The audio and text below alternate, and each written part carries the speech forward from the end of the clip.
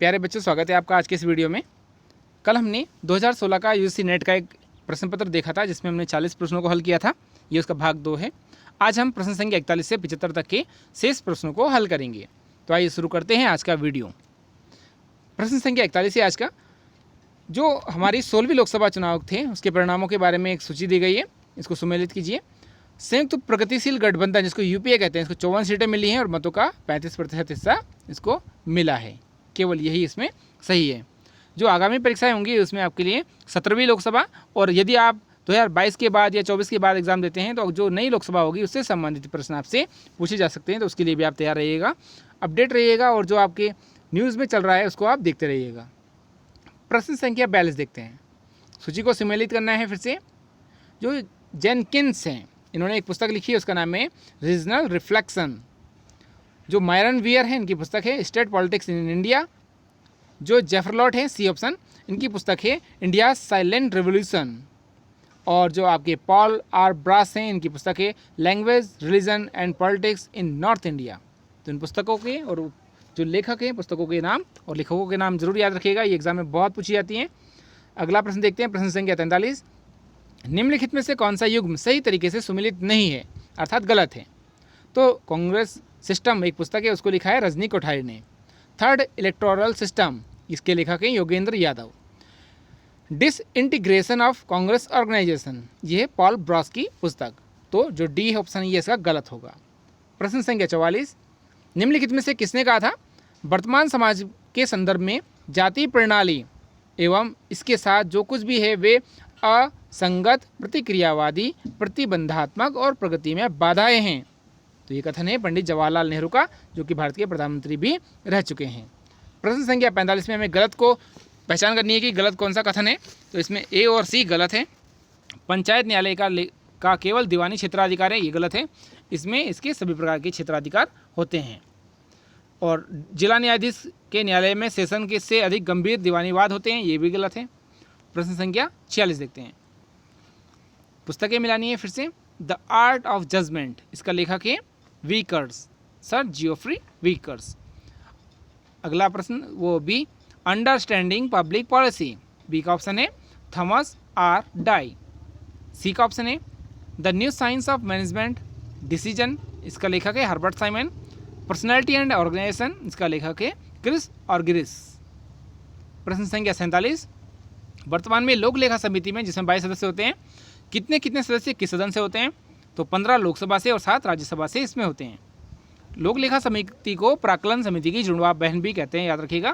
प्राक्कलन समिति में 30 सदस्य होते हैं। प्रश्न संख्या 48।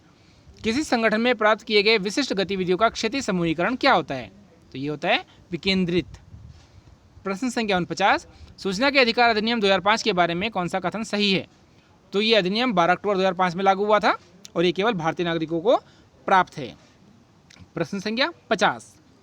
एल.डी. व्हाइट के अनुसार लोक सेवक के विरुद्ध अनुशासनात्मक कार्रवाई के कारण में निम्नलिखित में से कौन शामिल नहीं है? तो वह ड्यूटी से लंबी अनुपस्थिति। प्रश्न संख्या 51। निम्नलिखित में से संगठन के व्यवहारवादी सिद्धांत के साथ कौन से नाम संबंध है? तो व्यवहारवादी जो विचारक है उसमें चेस्टर बर्नार्ड, मैस्लो और मार्नो के नाम संबंध है। प्रश्न संख्या 52 कथन कारण से जुड़ा हुआ है।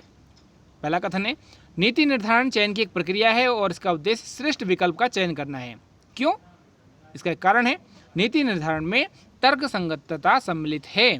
तो ए आर दोनों सही है और आर ए की सही व्याख्या है। प्रश्न संख्या 53। रिक्सवादी एग्रेरिया मॉडल निम्नलिखित में से किसका सूचक है?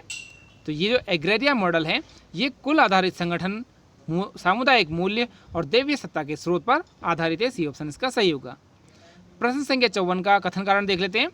विकेंद्रीकरण का मसला सामान्य स्वीकृत की तुलना में अवधारणा और व्यवहार में अधिक जटिल है। क्यों? इसका कारण क्या है? तो इसका कारण इन्होंने दिया है विकेंद्रीकरण के बारे में दोहरी भूमिका का उपागम एक नए परिवेश के क्षेत्र के विरोधाभास के पूर्वाभ्यास का एक प्रकार है। ये ए आर आर दोनों कथन तो सही है, लेकिन ये वास्तव में जो रीज़न है, कारण है, तर्क है, ये प्रथम कथन की व्याख्या सही से नहीं करता, इसलिए इसका बी ऑप्शन सही होगा। प्रश्न संख्या 55। टेलर ने अपने वैज्ञानिक प्रबंधन सिद्धांत में निम्नलिखित में से किसका समर्थन नहीं किया? तो उसने कुशलता मूल्यांकन विशेषज्ञ का समर्थन नहीं किया। यहाँ आपको एक बात याद रखनी है, टेलर ने एक पुस्तक भी लिखी थी, उसका नाम था द साइंटिफिक मैनेजमेंट। प्रश्न संख्या 56, चेस्टर बर्नार्ड ने एक अधीनस्थ की अपने प्रबंधक की सत्ता की स्वीकृति के बारे में एक अवधारणा विकसित की थी, इसकी पहचान कीजिए। तो वो थी उदासीनता का क्षेत्र। कई बार प्रश्न घुमा के पूछा जा सकता है कि उदासीनता का क्षेत्र से किसका संबंध है। 4 ऑप्शन होगा, 4 व्यक्तियों के नाम होंगे, आपको याद रखना है उदासीनता का क्षेत्र किससे संबंधित है, चेस्टर बर्नार्ड से। प्रश्न संख्या 57, डब्ल्यू ए रॉबसन ने नौकरशाही की त्रुटियों का सार प्रस्तुत करते हुए किसको शामिल नहीं किया। तो इन्होंने साम्यवादी प्रशासन प्रणाली का जो प्रभुत्व रखा गया था इसको शामिल नहीं किया। प्रश्न संख्या 58, मैक्स वेबर और फ्रेडरिक्स, जिसको फ्रेड डब्ल्यू रिक्स के नाम से जाना जाता है, इनके बीच किसको संदर्भ के रूप में समानता प्राप्त है। तो उन्होंने अपने पर्यावरणीय परिवेश में प्रशासनिक प्रणालियों का अध्ययन किया था। प्रश्न संख्या 59, ऊर्ध्वगामी जो संप्रेषण है मूल रूप में अपरंपरागत होता है, लेकिन किसके द्वारा सुधारा जा सकता है। तो इसका ए और सी ऑप्शन सही है। जो ऊर्ध्वगामी संप्रेषण होता है उसे प्रबंधन द्वारा साक्ष्य देकर कर्मचारियों के विचारों को जान करके उनकी किस विचार में रुचि है उसके द्वारा सुधारा जा सकता है। इसके अलावा जो मुखिया है, हेड है, व्यक्ति है, जो प्रमुख है, जैसे प्राचार्य होते हैं या जो मुख्य व्यक्ति होता है, उसके द्वारा बताए गए विचारों और समस्याओं पर कदम उठा करके इसको सुधारा जा सकता है। प्रश्न संख्या 60, कौटिल्य के अर्थशास्त्र में सरकारी धन के गबन के कितने तरीकों का उल्लेख किया गया था। तो ये है 40 प्रकार का भ्रष्टाचार या गबन के तरीके उसमें बताए गए हैं। प्रश्न संख्या 61, संयुक्त राष्ट्र संघ के महासचिव है, उनका कार्यकाल है, इसको एक बार पहचान लीजिए कि कौन कब था। कोफी अन्नान, ये 1997 से 2006 तक संयुक्त राष्ट्र संघ के महासचिव रहे। बुत्रास घाली, ये 1992 से 1996 तक रहे। जेवियर दी कुरियर जी पेरेस द कुल्लर लिखा है, कुरियर है इनका नाम, ये 1982 से 1991 तक रहे। और कुल्द वाल्दाहिम, ये 1972 से 1981 तक संयुक्त राष्ट्र संघ के महासचिव रहे हैं। अगला प्रश्न देखते हैं, प्रश्न संख्या 62, मानवाधिकारों की दूसरी पीढ़ी में निम्नलिखित में से किस अधिकार को शामिल नहीं किया गया। तो वो है उत्पीड़न और दासता से मुक्ति का अधिकार, ये दूसरी पीढ़ी में शामिल नहीं किया गया है। प्रश्न संख्या 63, संयुक्त राष्ट्र संघ के शांति स्थापना अभियानों में निम्नलिखित में से कौन सा प्रथम पीढ़ी शांति स्थापना अभियान नहीं है।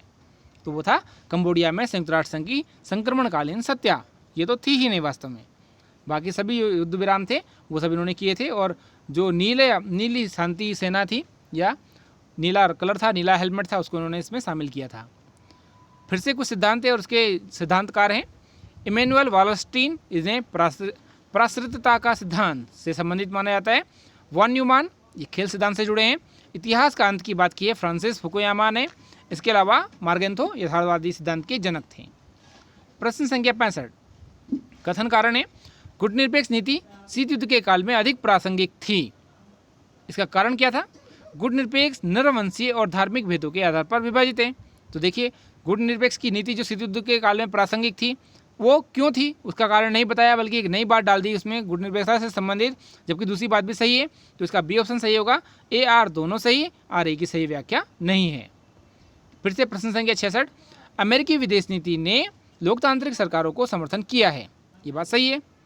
समय समय पर सैनिक व्यवस्थाओं को भी अमेरिका द्वारा समर्थन दिया गया। अब इस सैनिक व्यवस्था का विदेश नीति की लोकतांत्रिक सरकार से क्या संबंध है, कोई संबंध नहीं है, जबकि बातें दोनों सही हैं। अमेरिका ने सैनिक सहायता सभी देशों की है। तो ए और आर दोनों सही है, लेकिन आर ए का सही स्पष्टीकरण नहीं है। प्रश्न संख्या 67, पराश्रितता सिद्धांत के बारे में निम्नलिखित में से कौन सा कथन सही नहीं है। तो इसमें जो कथन सही नहीं है वो केवल सी सही नहीं है। औद्योगिकीकरण लोकतंत्रीकरण के नए रूपों और वैश्विक व्यवस्था में न्याय संगतता का मार्ग प्रशस्त करता है, ये गलत है, ये प्रशस्त नहीं करता।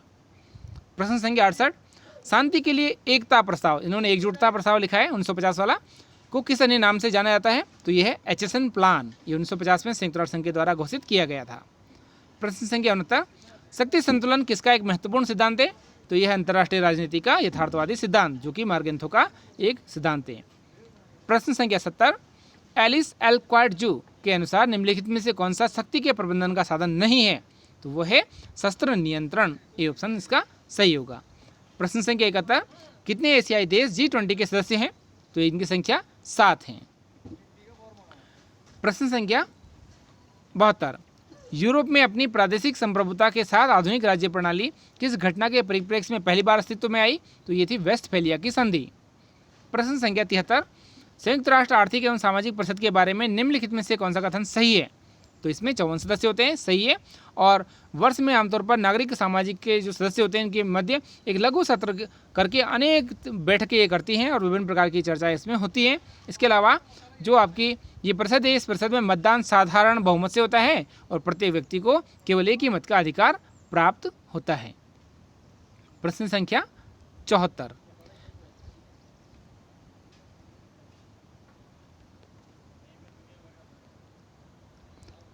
कैरन ए मिंग्स्ट के अनुसार प्रथम पीढ़ी के शांति स्थापना अभियानों को सर्वाधिक प्रभावी बनाने के लिए कौन सी शर्त आवश्यक नहीं है? तो अमेरिकी बलों को शांति स्थापना अभियानों में रखा जाना ये आवश्यक नहीं है। इसका बी ऑप्शन सही होगा। और आज का अंतिम प्रश्न, प्रश्न संख्या 75, निवारक राजनय का संबंध किससे है? तो ये है, इसमें विश्वास निर्माण उपाय, तथ्यों का पता लगाना और संयुक्त राष्ट्र अधिकृत बलों की निवारक तैनाती इसमें शामिल है। बी ऑप्शन है शांति निर्माण।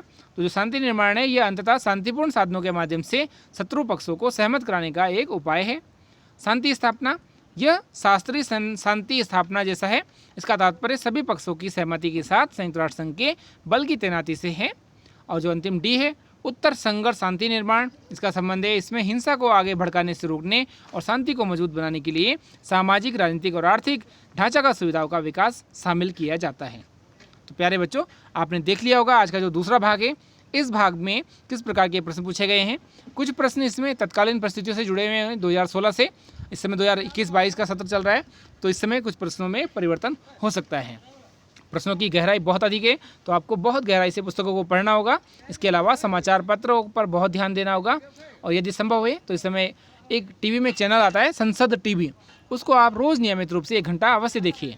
शाम को 7 से 8 बजे तक देखिए रोज़ 1 घंटा, या सुबह 7 से 8 बजे 1 घंटा रोज़ उसको देखिए। और उसके समाचार पत्रों को, जो समाचार हैं, जो न्यूज़ आती है, उनको नोट करना प्रारंभ कीजिए। इससे आपको यूजीसी नेट के एग्ज़ाम में बहुत सहायता मिलेगी। आपको यूजीसी नेट एग्ज़ाम पास करने के लिए अग्रिम शुभकामनाओं के साथ आज के लिए इतना ही। धन्यवाद। अगर आपको ये वीडियो पसंद आए तो इसको लाइक, शेयर, सब्सक्राइब जरूर कीजिएगा।